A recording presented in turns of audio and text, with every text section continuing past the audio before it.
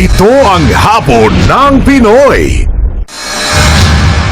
GMA Afternoon Prime. Ang programang ito ay rated SPG. Striktong patnubay at gabay ng magulang ang kailangan. Maaaring may masiselang tema, lengguwahe, karahasan, sexual, horror o droga na hindi angkop sa mga bata. Nag-iwan mo ako, lahat nagbago. Ang dating masaya ay naging malabo.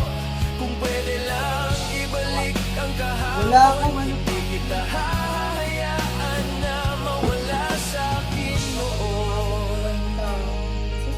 Kay Rex, yung natutuan siya sa Sa puntod mo ako'y nakaupo, hawak ang lumang larawan natin noon.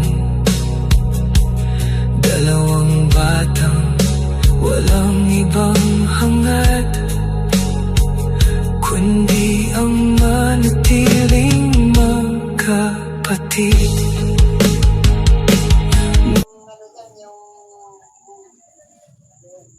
yung scammer.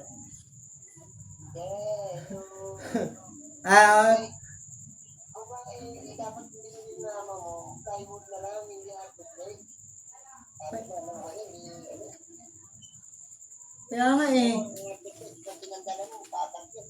Kasi ang pangit kaya chok pa naman yung hardiplex na to.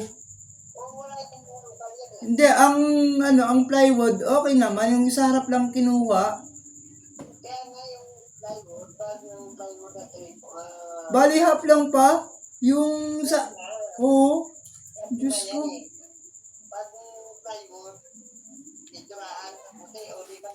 Oo.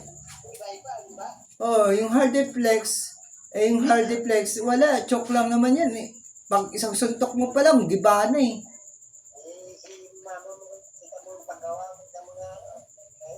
Kaya nga, sasabihan ko nga siya eh.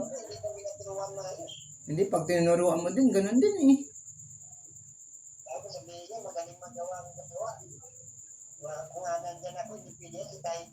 Eh ako nga, tahimik na nga lang ako kapag yung mga kinukuha niyang tao, minsan yung katulad kay Rex, yung natuntuan siya sa, ano, ay naku.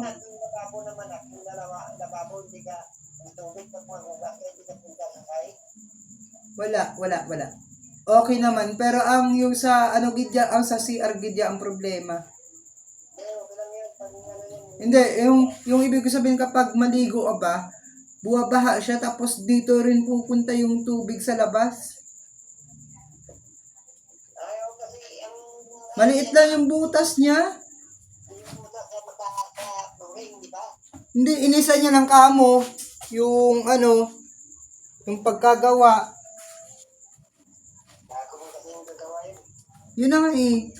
Sabi niya, Jasper, umalis ka dyan, Jasper, wag ka dyan, wag mo turuan yung gumagawa. Naalala ko yung ginanon niya ako ni mama eh.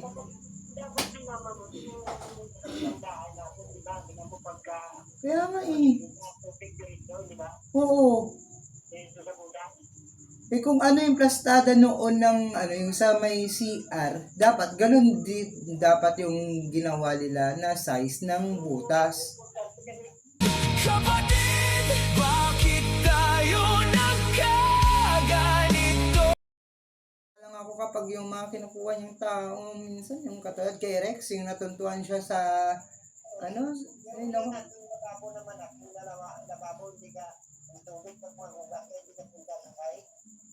Wala. Okay naman, pero ang yung sa ano gidya, ang sa CR gidya ang problema.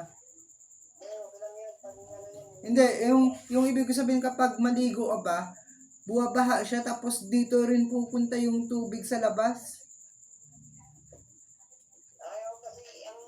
Maliit lang yung butas niya.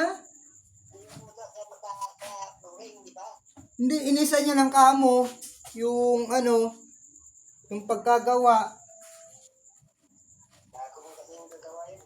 Yun na nga eh. Sabi niya, Jasper, umalis ka dyan, Jasper, wag ka dyan, wag mo turuan yung gumagawa. Naalala ko yung ginanon niya ako ni mama eh.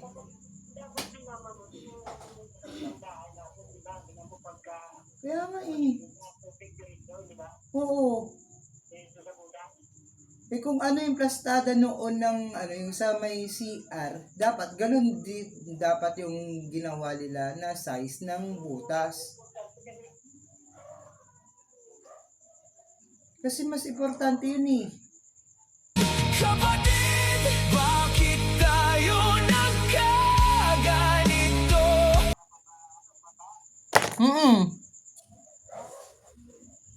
Diba pag umulan, diba naalala mo dati yung kinikwento sa'yo ni Mama? Diba pag umulan dito, syempre aakit lahat ng tubig yan dito eh. Tapos pag umakit na, nandito na lahat yung tubig sa loob.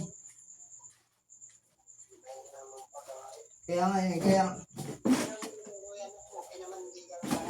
tumutunog naman yung inidoro, normal lang naman yung tunog niya na pag bumababa. Pero ang sa lang gidya, pag maligo mo, hindi naman, man gabara ang inidoro.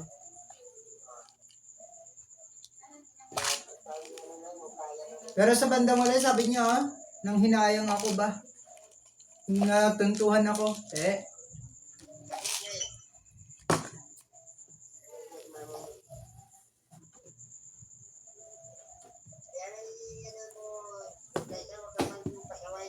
Yan, makinig ka dito, Liza. Yan. Alam, puro salita lang sumama sa'yo, ha?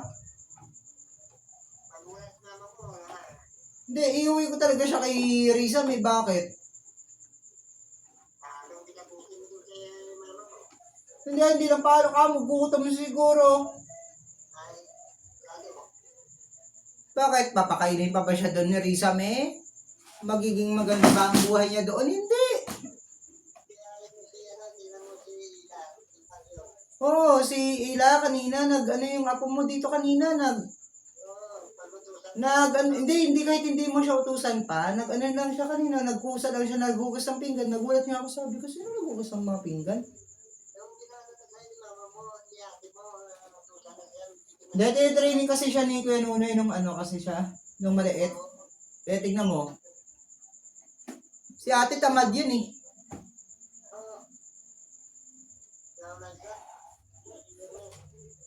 Alam mo kung anong pinagkakabala niyan? Cellphone lang ng cellphone.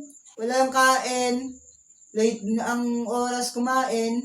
Late pa ang tulog. Minsan, kapag gabi, ginagawa niya madaling araw. Lalo na kung may pasok. Yun na, kapag lalo na may pasok, tapos pag kukunin niya yung cellphone, pag kinuha na sa kanya yung cellphone, iyakan niya naman si Mama kinabukasan.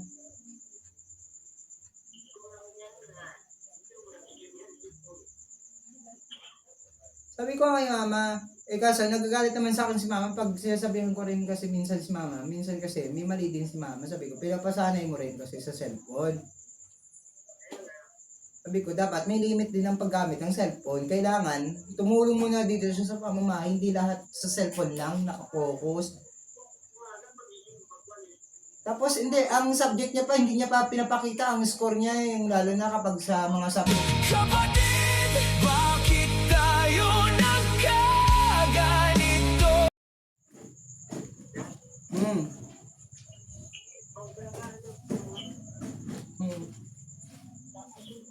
Luha sa dilim, walang nakakakita ng pusong wasak na nagdurusa. Sa bawat patak, ikaw ang dahilan ng sakit na di